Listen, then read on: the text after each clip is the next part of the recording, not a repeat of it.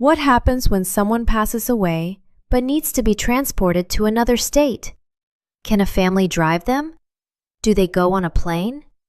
And is there an easier way to do it? It might sound complicated, but once you understand the process, it's actually very organized.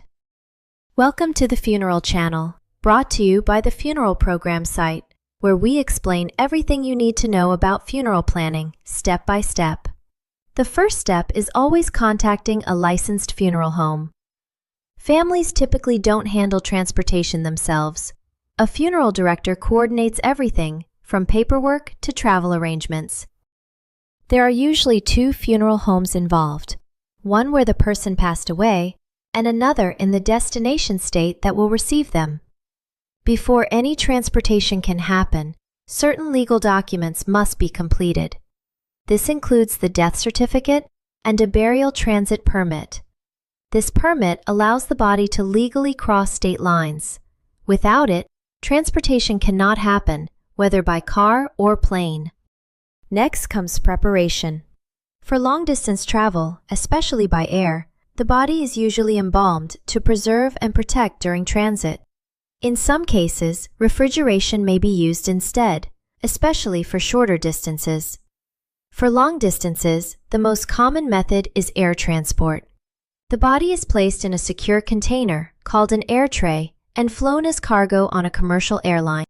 For shorter distances, the funeral home may transport the body by vehicle, which can be more flexible and cost-effective.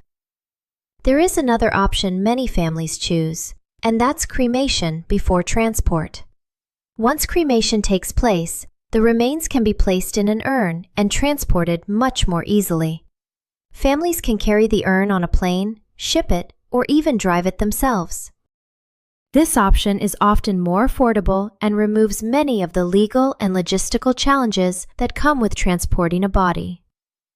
If the body is transported, a funeral home in the destination state will receive them and handle the final arrangements. If cremated remains are transported, families may still work with a cemetery or funeral home for placement or services. Costs can vary depending on distance and method. Ground transport may range from $1,000 to $3,000, while air transport can be higher. Cremation first is often the most cost-effective and simplest option. So while it may seem overwhelming, transporting a loved one to another state is a well-coordinated process, and families have options. That's it for this video. Thanks for watching, and I'll see you in the next one.